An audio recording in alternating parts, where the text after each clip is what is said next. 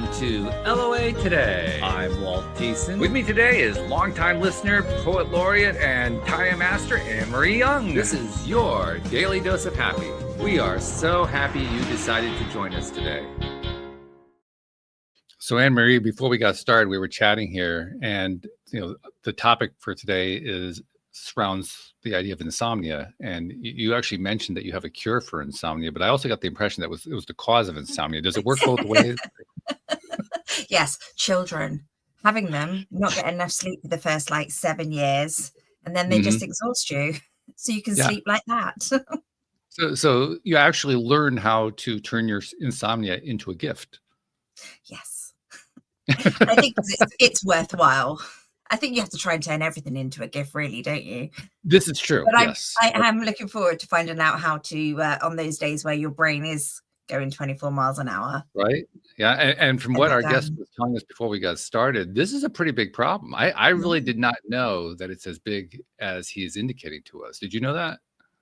I did. I've come across quite a few people who struggle to sleep. Okay. Because he's talking billions. I mean, that's like 1/8 of the planet. That's huge. That is huge. Sleep's so important. That's a lot of people up at 3 o'clock in the morning. Yeah. That's a ton. So we're going to learn more about that. Anyway, Raj, welcome to the program. How are you doing today? Yeah, nice to be here with you guys. Really, looking forward to see how this one unfolds. And as you mentioned earlier, we're not going to hold anything back. We're going to go all out. And have some fun. No need for that around here. Yeah. If we ever have a guest that actually freaks people out with what they have to present, I think I'll be stunned. Yeah. I mean, our audience can't handle a wide range. So yeah, don't hold back. Good to know that. Yeah. I mean, I feel like I should be on the couch right now being, sort of with some psychiatric help and assistance, but no, I appreciate that. but I always like to start these interviews just by getting a sense of who the person is, how they end up where they are right now. And I mean, it's kind of an obvious question, but did this all start because you had insomnia? Well, this is where it gets the whole thing gets very colorful and interesting. I'll have to take you back to a bit of a backstory, kind of give you context. And if you can join the dots, or if you're having, if you're not quite seeing how things line up, just feel free to stop me and I'll join the dots. Yeah. So it all started when I was 3 years old, and my mother takes me to the nursery or kindergarten, as you say in America, and we get enrolled there. We have a look at the playground, have a look at the classroom, and then we end up in the library. And the first 2 books I ever pick off the bookshelf, or any bookshelf in this lifetime, was one book about dinosaurs and one book about planets.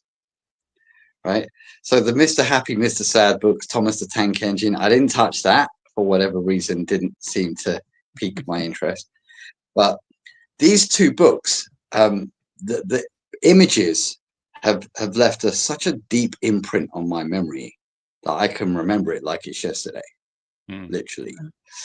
And the funny thing is that it's guided me more than my entire school education. Really? Yeah. And I'm you not might sure if be thinking, well for you or poorly for the schools. I'm not sure which.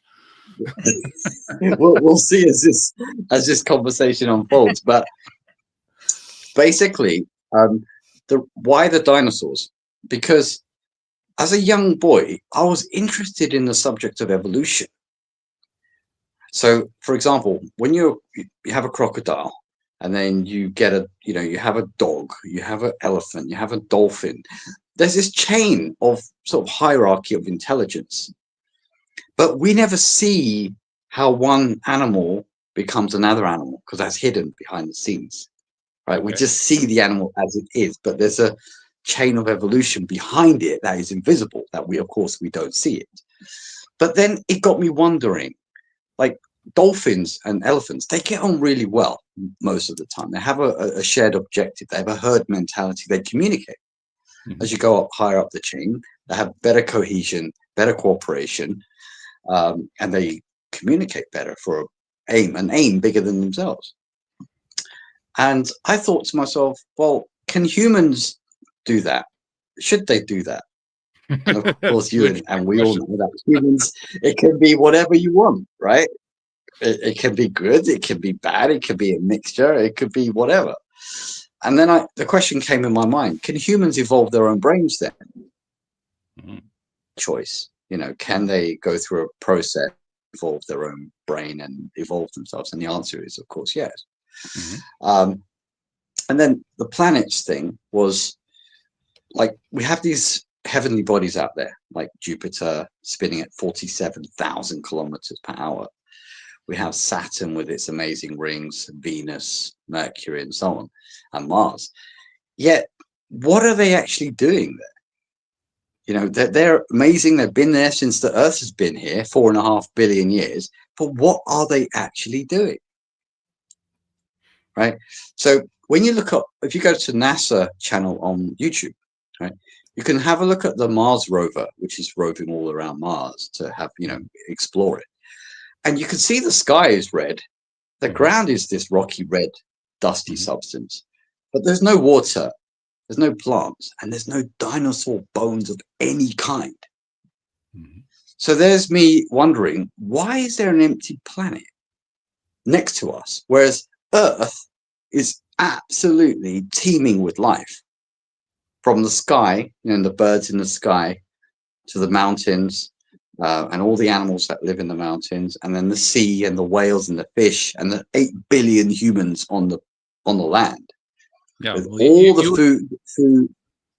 You and a bunch of astronomers, because they're all trying to figure out the same thing. Not only trying to figure out that, but they're also trying to figure out where can we find another Earth-like planet someplace in the nearby galaxy. And they still exactly. Exactly. So, with all the food to support human life, the water, the minerals, the elements, that gold and all the rest of it, you're thinking, why is there an empty planet there? And yet this planet is full of life. So these were the kind of questions that boggled my little 3-year-old brain, if that helps give some context. Well, it helps give us an idea of just how active your 3-year-old brain was. Yeah, pretty incredible. Yeah. Mine were just watching In the Night Garden. Yes. So that was when I was 3. I don't know if you want to know what happened after that in terms of sequence. Yeah, I'm still not quite getting the connection to insomnia. I assume that it takes us there at some point, but dinosaurs to insomnia is not a natural connection. So it's not. That's why I said at the beginning, it sounds a bit bonkers, like this whole thing. And I appreciate that. But what happened? I'll try to dial it in and compact it all so it begins to make sense. There's a pivotal thing that happened to me when I was 18. Okay. When I was 18, my mother, who's quite spiritually open-minded, she decides to go to India. Uh-huh. And she asked me if I want to go. And I thought initially I didn't want to go because I thought it was full of poor people. And that's really arrogant because my ancestry is actually Indian. And so for me to say that was like was a silly thing to think. Yeah. Yes. The thing that made me go, believe it or not, was an Indiana Jones film. Really? Called The Temple of Doom. Yeah. Oh yeah. Okay. Because he goes to India, the Temple of Doom, right? And because he's an archaeologist, he's an anthropologist, he's a very cool character. It made me think like, yeah, okay, I'm going to do my Indiana Jones thing. I'm going to go to India and explore. So you pack your bullwhip and you're ready to go. All right. Yeah, exactly. But that kind of, it impelled me to go. I was open-minded. I was a bratty, obnoxious, rude teenager from London. Right. Well, I mean, I'm just being actually, it doesn't even have to be from London. Just put teenager in there, and that's going to apply for up to at least half of them, and probably more. So you're not out of sync there, really. Yeah, but the thing was, I had everything given to me, like all material things. I never had to work hard a day in my life, and I took it all for granted. I'll be honest. Yeah. So I was quite bratty and obnoxious and rude. So I go to India and I meet an avatar. Like, you're familiar with the concept of an avatar? Yep. Yeah. So like on Netflix, Last Airbender, you have all this shape shifting of the elements and all these powers. And then James Cameron, of course, brought this huge blockbuster Avatar to Hollywood. Yeah. And Good movie, by the way. Wider. Yeah. Incredible story.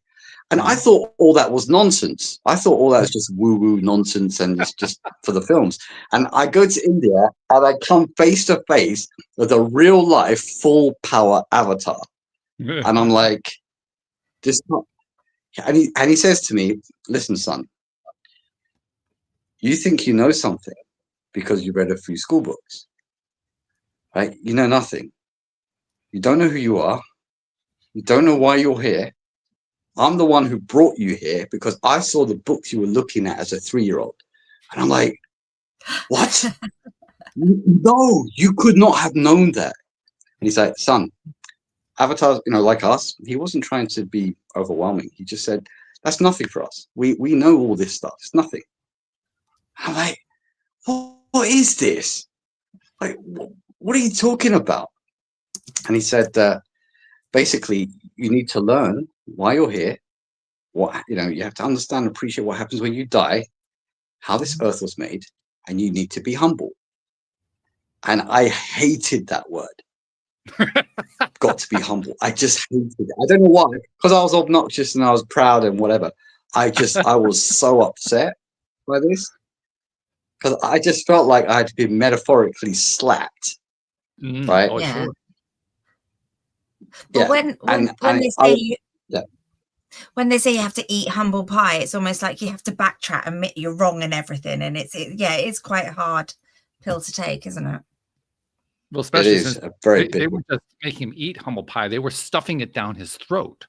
Yeah, literally. Yeah.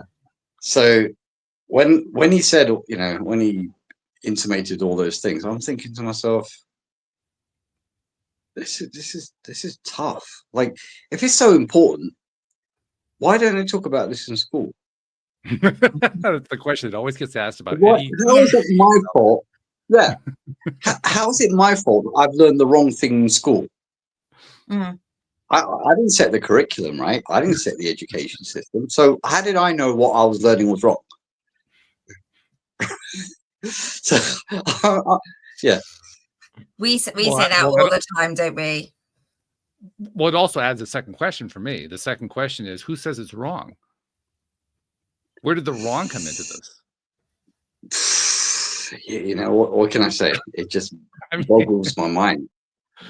I didn't know what to do. I didn't know what to think. No clue. But he said to me, look, the reason the avatars come on Earth, and Jesus was a great avatar, Buddha was a great avatar. You have these great beings who have a mission. They come on this Earth for a mission. Okay. And he said, the reason we come here is to remind humanity that the main things that the universe or universal intelligence really cares about, or God, call it God, whatever you want to call it, is unconditional love, compassion, kindness, wisdom, and patience. So if you're not living by those principles, or you're not aligning your life to that, you're missing out what it means to be a human. When they say things like this, I'm like, I'm just like, I'm blown away. I'm thinking, well, I don't know none of that. So I've been living a lie, basically. So my life is redundant and pretty useless. That's how I felt. Understandable. I mean, that's pretty much what they were trying to make you feel. So, well done. You actually got what they were trying to get you to do. So that was something. Yeah. So from there, I went 10 years. I went into monk mode. Ooh. Oh, really? Yeah. And how did you do that? Did you stay in India for that, or did you come back to London? I stayed in India for a while, just trying to think things over and observe that completely, the lifestyle over there is completely different. right? It's a shock to the senses. It really is, because it just overwhelms you at every turn.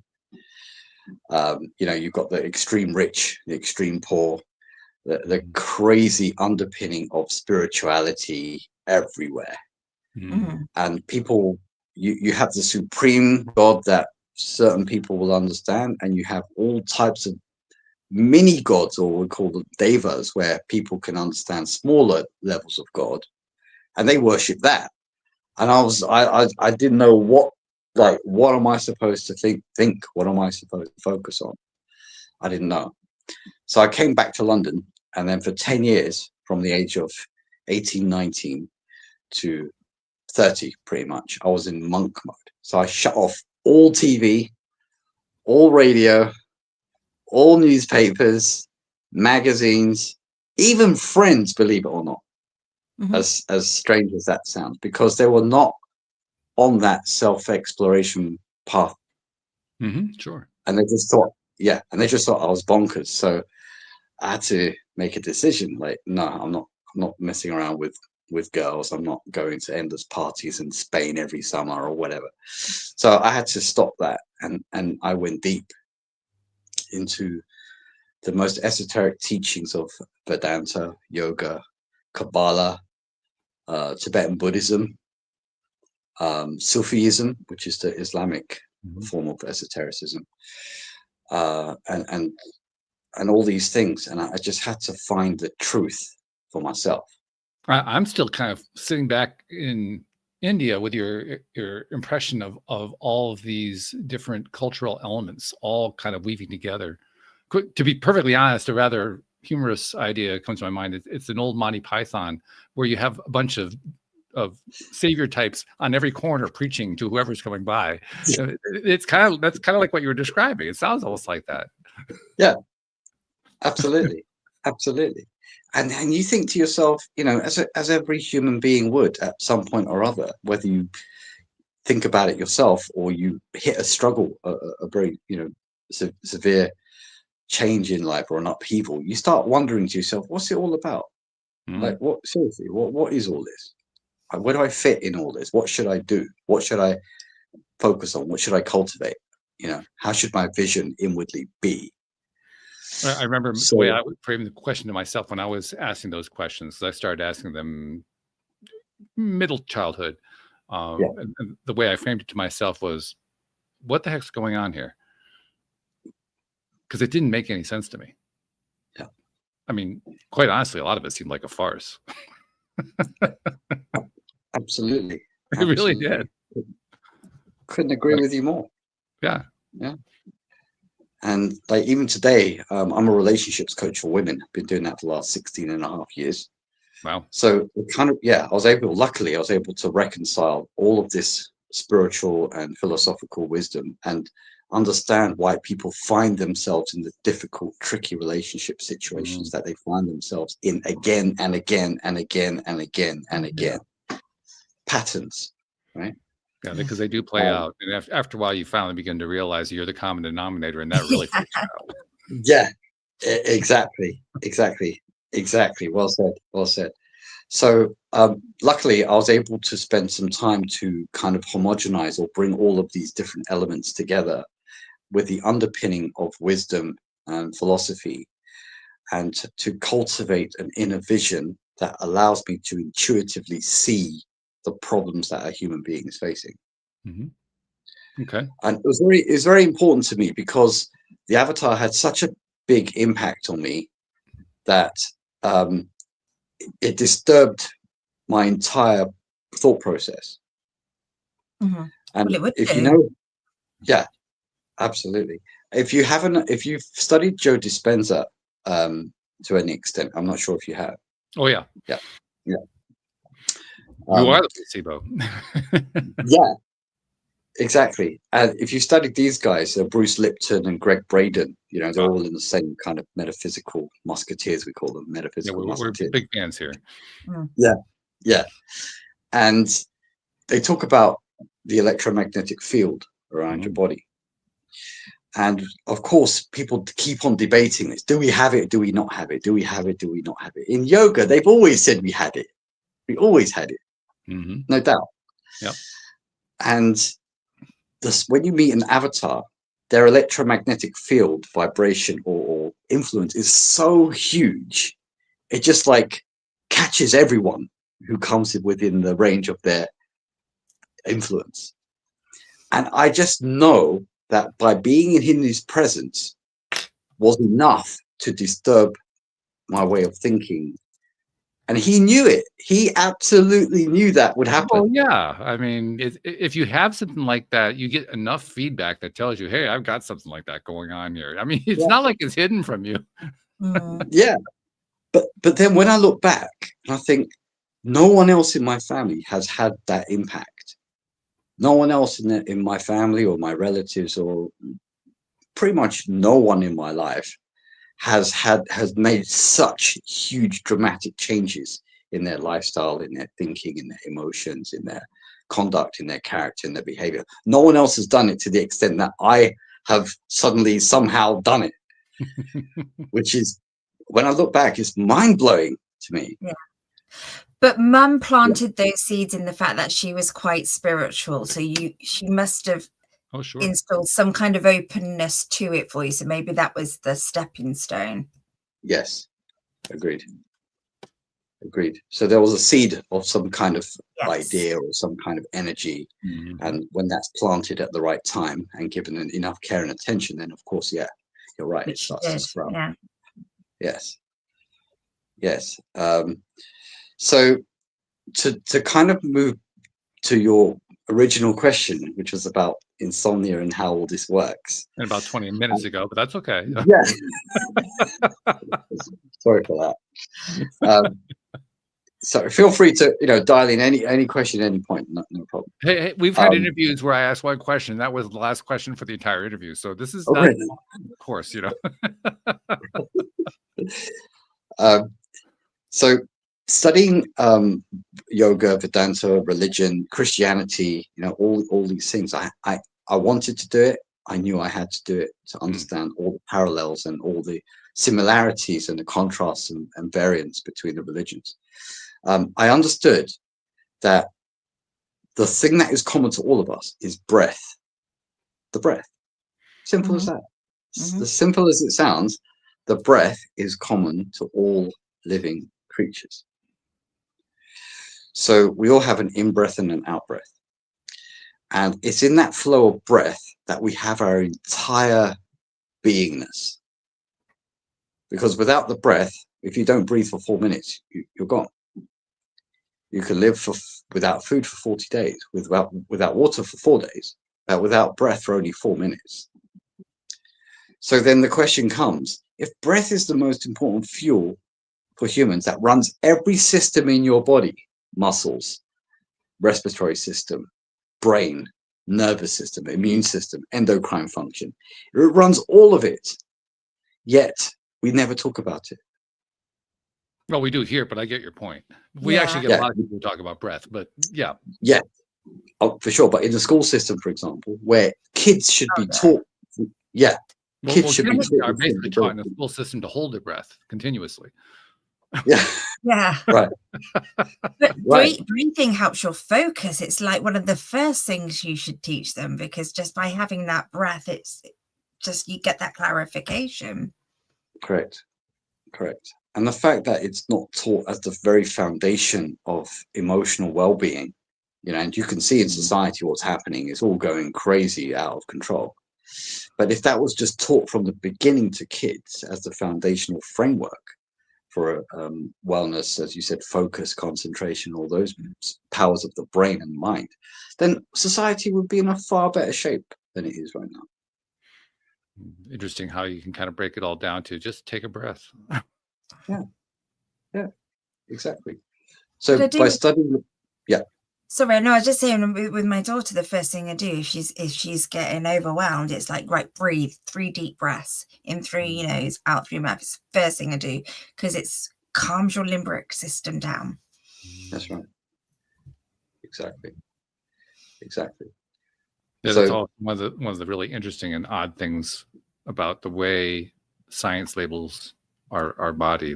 They describe the part of the nervous system or the aspect of the nervous system that gets out of whack and gets out of balance when you're feeling out of balance. They call that the sympathetic nervous system. Whereas when you're actually back in balance and it's parasympathetic, like what?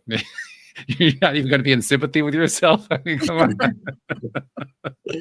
Yeah, exactly. So I was experimenting a lot with the breath and how it affects states of mind, how it affects sleep, how it affects your level of happiness in life overall, and how you can unlock certain regions of your brain that you'd never seen before, that you'd never realized you had this great capacity, because the school system keeps saying, like in all those Russian and American studies, oh, humans only use 5 or 10% of their brain. Yeah, but why, instead of keep saying that, why not show everyone how to use that other 90% potential? Yeah, isn't it interesting? They always leave that part out. Yeah. Seriously, when was the last time you actually heard somebody say, here's how you're going to use the other 90% of your brain? Well, yeah. And obviously, you know, people talk about, you know, the Rockefeller model, the wage slave 9-to-5 model, where you're hemmed in and you're controlled by a system that doesn't allow you to think beyond that, or they keep you distracted. There's a reason for your education system and not learning breathing. Oh, yeah. There you go. There you go. So by keeping you distracted, you get away from your own true power, because you're distracted with all this external stuff. And before you know it, you get trapped and you can't get your way back. You can't get back because now your consciousness is externalized. And the breath and thoughts are magnetic, and they have a pattern which it keeps compounding on itself the more you keep doing it. Because humans are creatures of habit. That's where it gets dangerous. Right? If you don't catch it soon enough and don't have that realization and epiphany soon enough, you're probably going to get trapped and you will die and be buried. And you will never have known that if you'd understood the science of breath, you could have transformed your life or changed your life dramatically.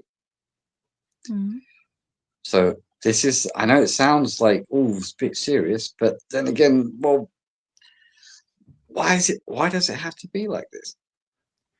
Well, none of it has to be the way it is, but the way, if you want to know why it's the way it is, I mean, you mentioned the school system in Rockefeller. I mean, that's a great tie right there, because the school systems, both here in the US and there in the UK, were designed for one thing. That was to produce factory workers. Factory workers is how you enrich the Rockefellers. I mean, this is not a difficult chain of events to put together. Yeah, exactly. And we're like, no, we don't. We're not following that. I'm sorry, because my conscience, like having met the avatar, it's on my mind all the time. And they say faith comes by hearing and hearing and hearing and hearing and hearing. I never understood that when I was a kid. But as I matured, I realized, oh, so there's this universal conscience that's talking to everyone. Wow. So what? Is it talking to me? And yes, it's talking to everybody. If you listen, you don't have to listen. You can be distracted if you want. You can watch films and get bored. But I realized that, oh, I should listen then. I should listen, and I should listen, and I should listen. Then the seed of the idea of helping humanity in a way that will fulfill my mission here as a human being on this planet will be fulfilled. But if I chose to ignore that voice of conscience, I would be so off track by the time I'd reach 60 or whatever. There's no way I could fulfill it, because I've gone too far distracted. I can't pull it back. And I would have lost the glory of giving this back to the universe as my legacy on Earth, unfortunately. But luckily, as fate would have it, I decided to listen and listen and listen and listen and listen. And now I've been able to secure the methodology and the science to be able to explain to people easily and quickly that this is something you can use to overcome a lot of health issues and challenges and all things that you thought were overcomplicated, because the world makes it complicated. So I'll lead into the breath and into the insomnia in a moment, but people ask me all the time, Raj, we know you've not been sick for 25 years. You've never taken medicine. You've never had a cold or a headache or a migraine. You've not been to a hospital, had an X-ray or an MRI or an ultrasound for 25 years. And people ask me, how do you do that? How? You're always full of energy. You're always having, you're always having fun. You're always seeing, but in a constructive, wise way, right? And I said, it's so easy. Anyone can do this, right? You just need to know how to breathe to activate your brain power so you can unlock these hormones in the brain, which have all kinds of powers in them. Right, like endorphin. You've heard of endorphins. You've heard of these kinds of things. Yeah. So is there a specific way of breathing? Because I know I used to be a mouth breather and I'm trying to breathe more through my nose now, and like mouth taping and things like that. And it's made a difference. But how do you unlock those hormones in your brain? Good. Brilliant question. Brilliant question. It's through a sequence of breathing, and the 3-3, which is what we teach people, is the way to do it. We can show you if you like. A brief kind of, yeah, you do. Right. No. So, so this method, what it does in brief, it unlocks endorphins, which are pain-relieving hormones. It also unlocks serotonin and dopamine, which are feel-good, happy hormones. You're probably aware of those. Mm-hmm. It also unlocks what a lot of people don't know about, something called anandamide. Had you heard of that? I have heard of it. Oh, okay, you have, but you hadn't. Okay. So anandamide comes from the Sanskrit word bliss. Ananda means bliss, right? And mide means chemical or hormone. So all human beings have an ananda or bliss molecule in their brain. So if ananda means bliss and all human beings have a bliss molecule in their brain, that tells us that a human being is designed to be a happy being. Interesting conclusion. Yeah. Why would you have a bliss molecule in your brain if you're not designed to be happy? So this is where, drawing upon the 10, 20,000 years of yogic science helps us to understand, there's these hidden evolutionary mechanisms built into the brain of a human. So as well as that, it also activates, like what you were saying, Walt, earlier, the vagus nerve, which helps you regulate your parasympathetic and sympathetic nervous systems. Right. Right. So if you're too much in the materialistic Western culture, too much sympathetic nervous system, meaning freeze, fight, flight, adrenaline, cortisol, fear, right? Inflammation problems happen when you're running around and you can never rest. You can never, relax. When you move into the parasympathetic nervous system, you can rest, digest, heal from trauma, heal from surgery, heal from injury, and you can, sleep so much better, deeply. As you know, the more deeper you sleep, the more energy you have when you wake up. Finally getting over toward insomnia. This is good. Yeah, exactly. So this method, it helps to unlock simultaneously all of these 5 parts, all of these 5 things that we just mentioned. That's why it has such a quick leveraged effect for most people, 95% of people that we've tried it with so far. Awesome. Yeah. So we'll do a quick. Yeah, sorry. I'm curious. Are you familiar with a book called Breath by James Nestor? Absolutely. Yep. Yeah. I mentioned it just because there was a woman I was seeing who had a copy of it, and I was thumbing through it and found it to be interesting. But I was also kind of curious, how much does it align with what you were taught by your avatar? Very, very closely, actually. It does? Oh, okay. It is. Actually, I'll tell you a little nugget. It's not really a secret. Well, it is if you're not aware. James Nestor mentions in the book what's called the Shiva Svaradaya. Right? Shiva Svaradaya is one of the deepest esoteric texts that exists on the planet. Okay. He mentioned it, and I was surprised, and I was glad that he mentioned it, because I'd studied the Shiva Svaradaya for at least a decade. Wow. Yes. And when you read what is in there, you'll be blown away, because he reveals Lord Shiva, who's the king of yogis. Mm-hmm. I don't know if you can see him. That's him there, actually. There. Oh, okay. Yeah, Lord Shiva. He talks about the destinies of human beings and why they are different, according to the vibration that comes through their nostrils. The life force, the life energy is made of vibrations. Everybody has a very unique relationship to the cosmos or to the universe. That's why we're all different, right? We all have different mindsets, different moods, different energies, different behaviors, different characteristics, right? Even though we're all human, we still have a very personal relationship with that energy. Oh, sure. Yeah. So he's able to calibrate the movement of the stars and the planets with the events that happen to an individual person. It's almost beginning to sound like astrology. Yeah. It is. It is. And that dials back to my original impression of why do the planets exist in the first place? What are they doing? Ah. See, so it all comes full circle. Yeah. So James Nestor, you're right. He mentioned that, but still a lot of people, they haven't been able to connect the dots with, okay, the breath, and then you're talking about astrology, and then you're talking about human events. How do you pull this together? I don't quite get it. Mm-hmm. It's not an easy science to understand. Well, it's not a direct line of sight either. It's not like this is really obvious. I'm going to draw this line from here to here. Exactly. But I can tell you that if you develop your intuition enough and your focus and concentration, you can start to see why these things happen, which is fascinating. It's mind-boggling if you're able to spend enough time meditating and concentrating on these things like I do.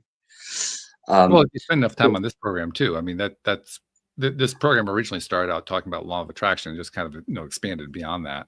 But after almost 2,200 episodes, and probably a third to a half of them with special guests, you kind of get a sense for, if you just tune into what's going on intuitively, you're going to pick up stuff you hadn't picked up before. That's essentially what you're saying. Yes. Mm-hmm. Yeah. Absolutely. And that's where the insomnia idea, that how do we make people feel well? How do we help them sleep better and deeper without meds, without doctor interference? Because in the NHS in the UK, I'm not sure exactly how it is in America. I'm imagining it's kind of the same. They will send you for endless neurological tests and consultations, and takes forever to get the test back. And then when you do get the test back, it shows nothing, but the person still feels terrible. Well, the doctor feels great because he got paid a whole bunch, and the test got paid a bunch, and, Exactly. got a whole bunch, and yeah. Exactly. So, we say, look, get away from the meds. And I know the big pharmaceutical industry is not going to like us for that.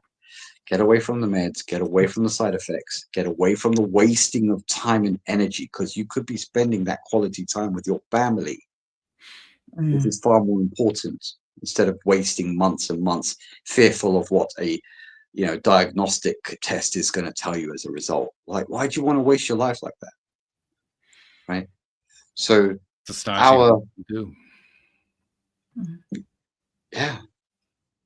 So that's where we realize that if we can help people activate all these brain hormones and sleep well, they're starting to sleep within 60 to 90 seconds.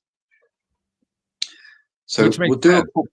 When I think about it, because I can't say I always fall asleep right away, but I usually do. And I mean, when you fall asleep, you don't really have any sense of time. So you kind of lose track of, like, when did I fall asleep? But as I reflect back to, what would have happened the previous night, I did fall asleep pretty quickly. Yeah. So it probably was that quickly. I just never really said to myself, geez, I have a timer going. I wonder how long it's going to take me to fall asleep. But it makes sense. It does make sense that if you're in a good sleep ready state, you're going to go to sleep that easily. That's not actually surprising if you think about it. Yeah. I track my sleep from my ring. Yeah, I've got my Aura ring, and I've been tracking my sleep and doing a lot of breathing work around it, and the difference it does make to my sleep. Okay. And my ring tells me if I go to sleep too quickly, I was too tired. Interesting. It gives me like a window of about 15 minutes to fall asleep. So do you like consider your depth of sleep or quality of sleep by how you feel, or do you get influenced somewhat by what the stats are telling you on the tracker? No, I can tell the difference. So I've been recently, because I've got very small nose at the top, so I've been putting magnets on and stretching my nose out, mouth taping, and breathing more through my nose as my sleep, and I can tell my quality of sleep. I feel better. My migraines reduce. I've got more energy. So yeah, I can really tell the difference just through breathing correctly, or correctly anyway, through the night. And I do track and see how much deep sleep I've got, how much REM I've got, and if I've had any breathing difficulties. And I don't like live my life by it, but I just find it quite interesting to go, oh, I'm not feeling great today, but actually I had a really bad night's sleep, or I had a lot of breathing issues. So because I'm also asthmatic, so I kind of piece it together and use it for that theory. Very good. And I suspect your husband actually appreciates it, because you like you described, you kind of tape your nostrils open, so you're not going to be snoring as a result. He's actually going to feel sleep as well. It's a good thing. Yeah, he's probably very grateful. I would think, yeah. Yeah, it's such a great discussion, because we talk about this all day, every day, with people's sleep quality and how quickly they fall asleep, and what did they take maybe to help them fall asleep? Was it melatonin? Was it those who take prescription meds like Zopiclone and so on? What's the level of their cognition when they're awake? Like, what's the quality of their perception and their relationships with people and so on? So what we can do is a kind of compact session with you both, if you like, at the same time. Sure. Yeah, and it'll be pretty quick, and then I can walk you through like the physiological changes, and then you can tell me your answers. How does that sound? Okay, sounds good. Yeah. Okay. Okay. So, do you, Walt, practice any breathing as well, like she did? Not formally. I mean, I do it when I meditate. There are times when I wake in the middle of the night for a bathroom break or whatever, and so I might do some breathing just to get myself back to sleep, but it's usually fairly quick. So, yeah. Okay, good. And have either of you tried the Wim Hof method? No. What is that? The cold? Yeah, that's the guy, the Iceman. He does all the every time I go for a walk around the building. Yeah.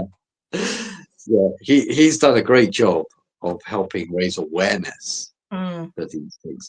However, we've got so many clients who just hate the idea of cold exposure, like going in a cold plunge or a cold shower. They just won't do it. Well, what's the country I've forgotten? They put their babies out for their naps in their prams in the snow because it builds their immune system. I can understand. Good for the lungs. Yeah. Okay. All right. So what we'll do, I'll ask you both if you can close your eyes for a moment. And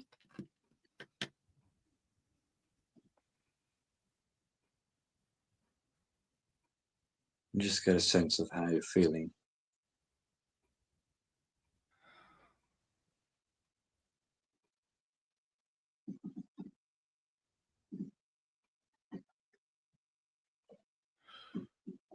And if you can tell me, with your eyes closed, how you feel on a scale of 1 to 10, 1 being terrible, 10 being amazing, what would you both say? 8 or 9. Individually. 8 or 9, okay. I'll probably say about an 8. An 8, okay, great. And if you could both check your nostril flow for me, so what you can keep your eyes closed if you want, or you can keep your eyes open, whichever. It's fine. You block your right nostril, breathe in and out a few times of your left. And then switch over to the other side, block the left, and breathe in and out of the right.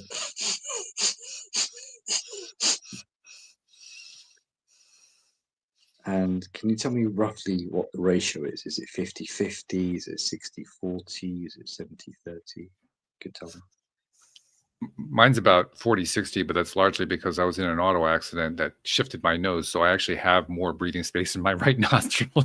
Oh, did that create a deviated septum or anything like that? Or just quasi? They didn't actually diagnose it as that, but they said you're kind of leaning that direction. Ah, interesting. So I'd say mine was 70-30. It was definitely more blocked and shallower this side, on my right side.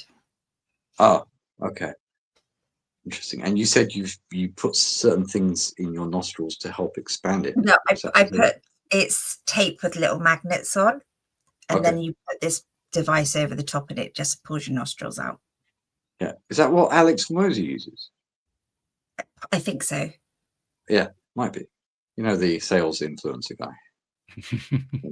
No, it's okay. I think he wears that because he has sleep apnea, as far as I'm aware. Yeah, so yeah, you would do. It's good for sleep, and I also do it when I'm training.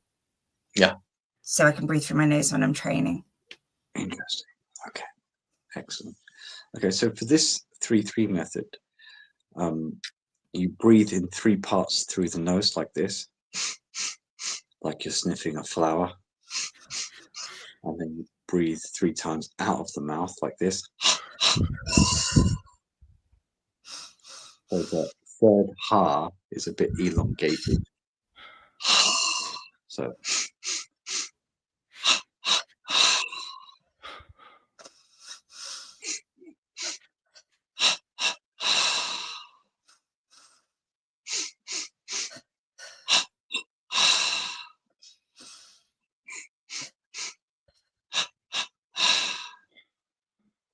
you got to open the mouth a little wider so we activate the vagus nerve with the ha expiration.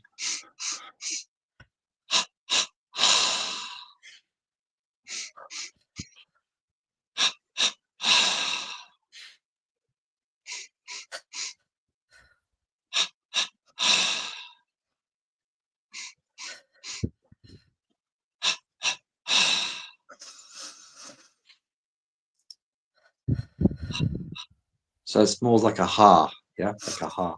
So open the mouth a bit more. There you go. That's good. Have you got it as well? Okay, so what we're going to do, guys, we're going to do it for 1 minute together. So it's a very compact session. Okay, I think she's feeling it already. I think I am. Was it Anne Marie? Did you say your name was? Yeah. Anne. Okay, perfect. Walt, are you feeling it? What are you feeling? I'm feeling aerated. Yeah. Oh, beautiful. Excellent. I could just see the expression on her face. She went really smiling. I was kind of getting a bit of a head rush, but I could certainly feel my head getting lighter, and I could see white light and everything. So, wow. Would you say you're very spiritual? Yeah, probably. I've been like it since I was a kid, and I'm very intuitive. Yeah, I know. We know Walt is already off the planet, but yeah. Yeah. All right, I'm so a we'll lot do more it for a spiritual minute. than I used to be. Let's put it that way. Yeah. Okay. So we'll do it for a minute together with the eyes closed. Okay. And Walt, if you could have your chin up slightly so it's a bit more perpendicular, to the ground, that'll be perfect. And we've already got that. So on a count of 3, 3, 2, 1, let's go.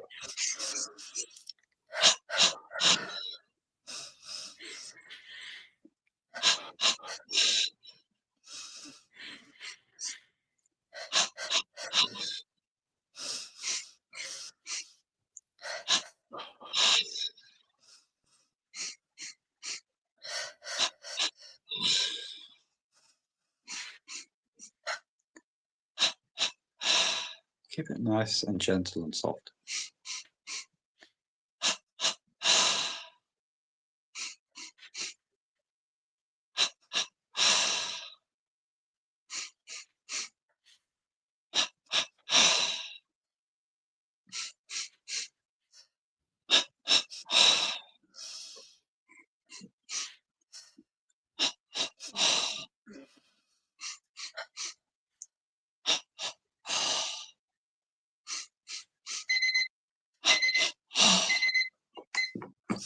Okay, you can stop there.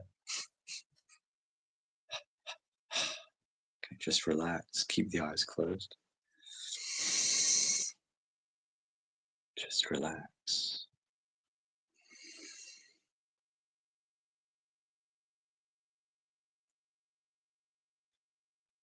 Just gently observe what's happening within. Just relax.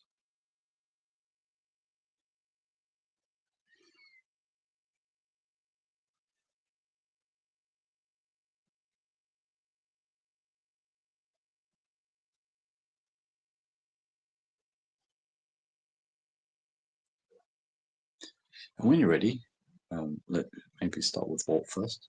Can you tell us what you noticed and how you felt?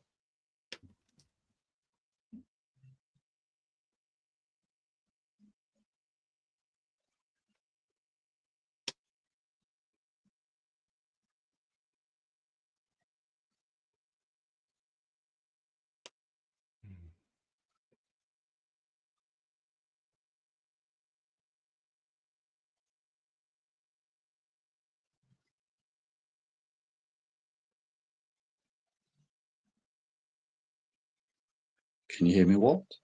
I'm here. Oh, okay. Can you tell us what you noticed and how you felt? What I noticed? Oh, I'm sorry, I missed that part. Okay, good. Sorry, my bad. Well, actually, the first thought that came to my mind while we were in the middle of it was teenagers who like to try alternative drugs should try this instead. It's a way to get high. Hell yeah. And it's natural, which is even better. Yeah, I felt, well, anytime that you oxygenate yourself, you're going to feel a rush. And that's what I was feeling throughout my head, my shoulders, my chest, down, all the way down. It was like it's an oxygenation rush. I don't know how else to describe that. And when you say all the way down, you mean down to your legs or your feet, or? Oh yeah, all the way to the toes. Yeah. Wow, that's amazing. Yeah. Now, part of that I attribute to the fact that I've been doing enough meditating that I'm actually in tune and in touch with everything down to the toes. So that's kind of important. But yeah, I was feeling it throughout, and I still feel it throughout. Now, I was feeling it more in the head and shoulders, but I was feeling it pretty much everywhere. Excellent. And did you notice any pulsations or gentle sensations around the forehead or above the head, or any sort of non-local sensations anywhere? I felt a bit of a pressure in the forehead. Okay. I can't really describe anything more than that. Okay, great. Anne-Marie, what did you notice? So I had that wonderful head rush that Walt was referring to, which was pretty awesome. But I almost felt like a pop, you know, when it just like, and now I just feel like really clear, and I feel like I've got, I want to say ready Brett glow, but that's probably a British old person thing, but it's almost like I've got this kind of thing around me, like aura, electromagnetic. The aura, yeah, but yeah, it's the aura, and it's, yeah. So I feel that, and I definitely feel a lot clearer. I feel more focused. And yeah, no, I do feel a lot better, certainly a lot clearer, and less congestion in my body, especially, as Walt said, the top path. I have my feet crossed, so it didn't hit my feet, but I certainly feel it the top half of my body. Okay. And since you mentioned the sort of nose area, do you feel does it feel a little more lighter around the sort of nasal area or the sort of sinuses, anything around there? Yeah, for sure. Yeah, the whole of my head now feels clear. Right. Like from my brain to my sinuses to my ears. Amazing. Incredible.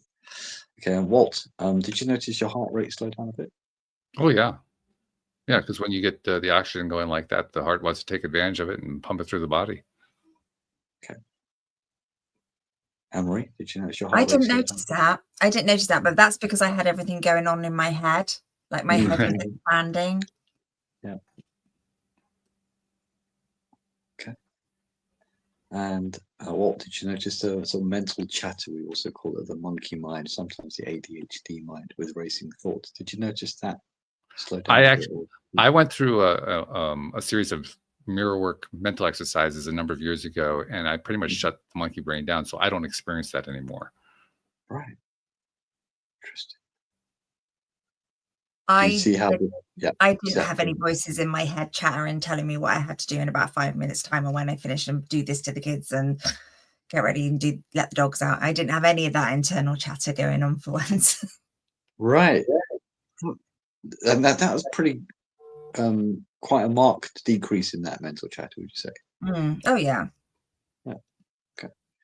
Walt, you said you felt, I think that's an 8 or a 9 earlier out of 10. What would you say you feel now? Probably a solid 9 at this point. Okay. Excellent.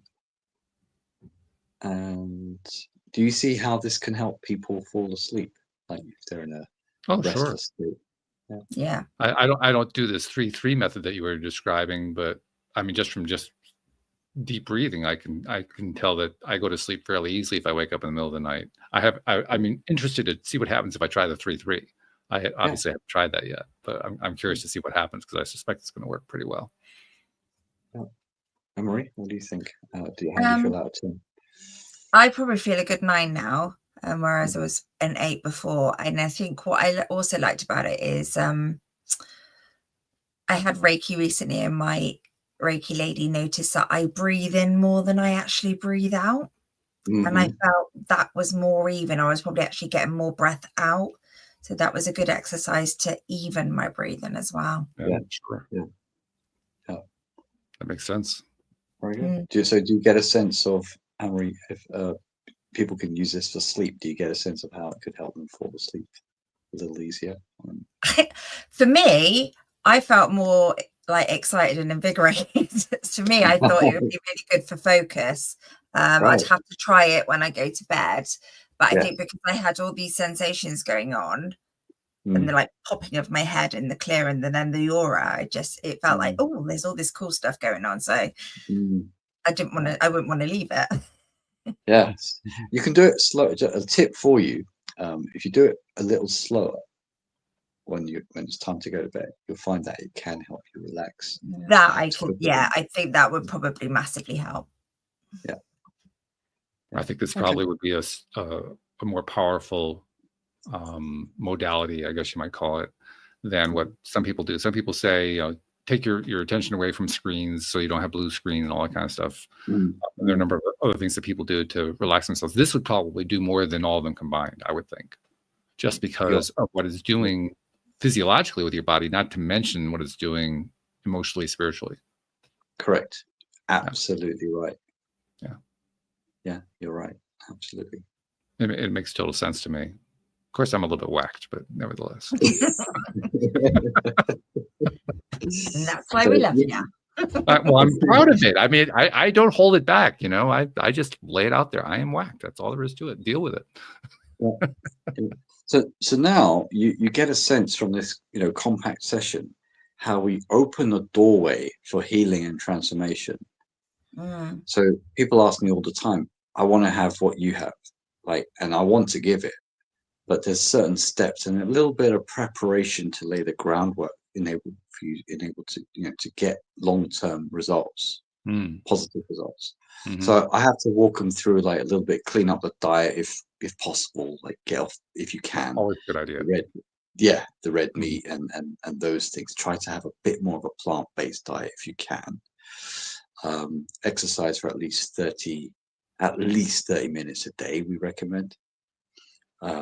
If you can do 45 minutes or an hour, fantastic, if you can.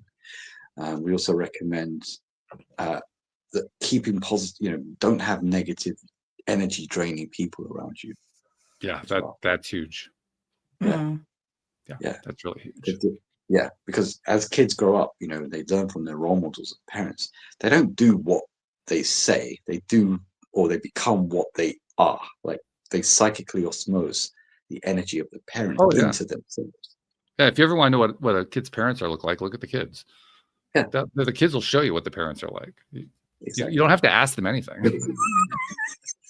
Exactly. Don't look at mine. So as you were saying, Walt, it makes total sense to you when you lay the groundwork for this neuroplasticity or theta brainwave state. It's easier now to make positive suggestions and coaching for people to make a deeper sure. transformation if they want that. Yeah, no, that makes total sense. That does. I'm glad we finally got that. I wasn't sure if we were going to get it in within the hour. We just kind of sneaked it in, so that's a good thing. Well, and I get it. We had to lay the foundation. We had to lay the groundwork for, how did we end up getting to this particular point? We had to go through the avatar, right? The avatar had to play his role so that you could be doing your studying and take us to where we are. It makes sense. That's fine. Exactly. And you have this. You have this available as a program. Yes, so it's an entry-level program. People can find it on 33insomniahack.com. 33insomniahack.com. They can find it there. There's a whole bunch of testimonials from the NHS, Oracle, the software company, Barclays Bank, many independent psychologists from around the world. They love it because it helps with ADHD, stress, anxiety, insomnia, other sleeping disorders. People get off the Zopiclone and the melatonin when they use this, and all the anxiety blankets and the heavy drapes and all those things they thought they had to have, they can start to kind of wean themselves away from those things with this method. So I would think what would happen is you don't even necessarily have to wean yourself off of it. I think the other things would probably just kind of fall to the wayside if you get good results with this. You just wouldn't be interested in pursuing them anymore. Yeah, exactly. That's exactly that mirrors what my own experience is. The things I used to do, I it's not like I had to give them up. It's just I didn't want them anymore. Yeah, exactly.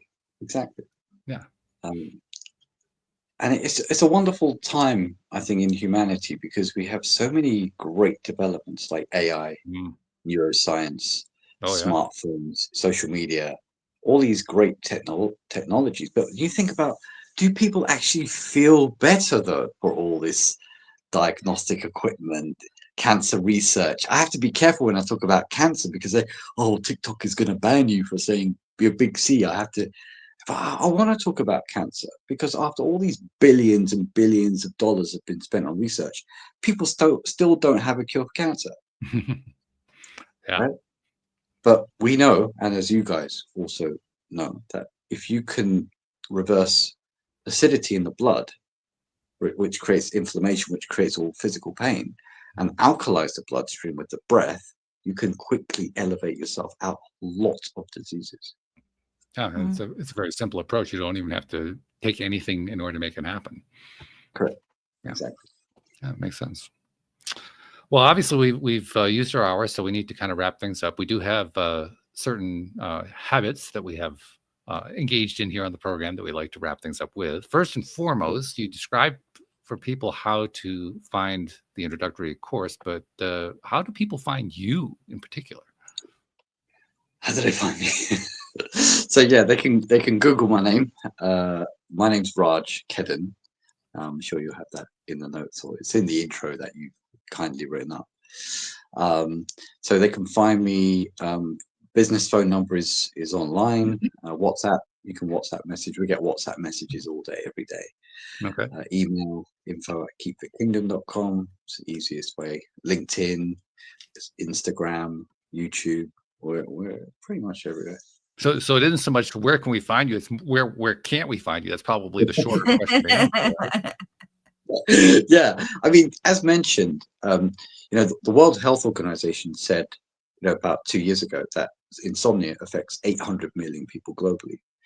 But I spoke to a doctor who runs 2 Royal Free Hospitals here in London, and he told me, Raj, it's not 800 million, it's 1 billion minimum. And I said, what? He said, yeah, it's 1 billion people minimum. I'm saying, oh dear, it's way bigger than what we thought. I love the way we think about things too, because 800 million is actually 80% of 1 billion. It's not all that far away, but you say the word billion, it's 1 billion. Exactly. It's a tenth of the world's population. And he said, but look, if you can help these people do it naturally, this could really have a dramatic effect on the world as we know it. So then I realized how how necessary it was to meet the avatar. Because I'm just an ordinary kid from London. I'm no one special. Right? But to have that encounter has made me realize, oh dear, this life is not here by accident. This is for a reason. It's a reason for everything. And then I began to realize, oh dear, it's me who's going to do this. Oh, shoot. It scared the hell out of me, because I was the kid in school. He didn't want to even put his hand up to answer the question in case I got it wrong.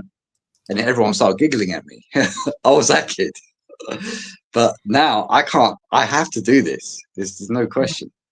You don't even wait to raise your hand. You just go. I like it. Yeah. That's a good thing. Yeah. So anyway, I said we have 3 different things we like to do to wrap things up. That was the first one, to ask people, ask you how people can reach out and find you. And I'm glad to hear you like to hear from people. So that's a good thing. Number 2, I'd like to go to Anne-Marie and get her take on how she ties the whole thing together. Because as we mentioned earlier, she's a former listener, as well as being a co-host now for 4 or 5 years, something like that. And she has that listener's perspective. So I kind of, like, if I want to gauge what the listener is saying, I listen to Anne-Marie. That's my way of understanding how the listener is absorbing what it is that we're talking about. So Anne-Marie, how are you going to tie it together today? See, I feel a bit selfish now because I've been doing a lot of work on my breathing. So I've just taken it from my perspective this time. Well, that's all right. That's fine. But I found it all like really interesting. I love the whole avatar, having that encounter, and then the spiritual part, and then breathing it into your body and finding that, of course we all breathe, but we all think we're breathing properly anyway. And I know certainly over the last 6 months to 8 months that I've changed my breathing, and the difference that has made. My asthma is better. I am getting like less colds. I've kind of linked my migraines a bit to my sleep. And improving my breathing is improving my sleep. So I've noticed in the last sort of 6 weeks that's kind of helped. So that I found that whole breathing exercise quite freeing and spiritual, and how that can make you feel so much better, increase your focus, how it can increase your well-being. But I loved the other things that you said, Raj, about, your unconditional love and your compassion and the other pillars that you had. So I just thought, just putting it all together and just try those exercise readers, go back 10 minutes on the podcast and just try the breathing and see what you find and how you feel.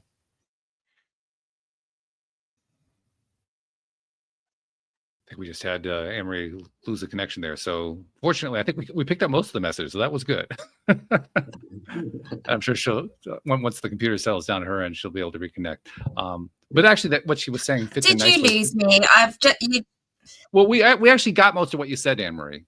Before the whole thing kind of froze up, we actually picked up what you said, so it actually worked out okay. Oh, good. Yeah, so we're good. Because I just got 2 donuts of doom going on again. There was nothing. It was just whirring. So apologies.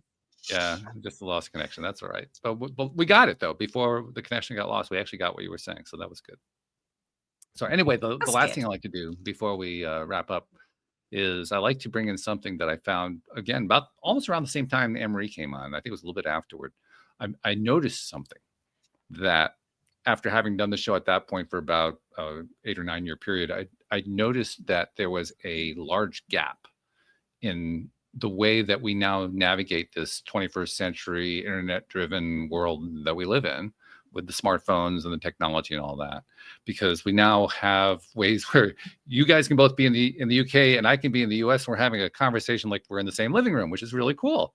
I mean, that wasn't possible 30 years ago. Now it's every day, no big deal, and that's really, really great. And as a result of having all this technology available to us, we can create courses, we can do podcasts, we can write books, we can do all kinds of stuff. We can create coaching programs. We can do a whole range of things that we have all of us who want to be of service to others, we've learned to do through the various internet channels that are available to us. And we end up helping people, many of whom we've never met, never seen, and we will never will meet, never will see. And we don't even know how we help them, except that we kind of infer that we do. And that's the part that I noticed.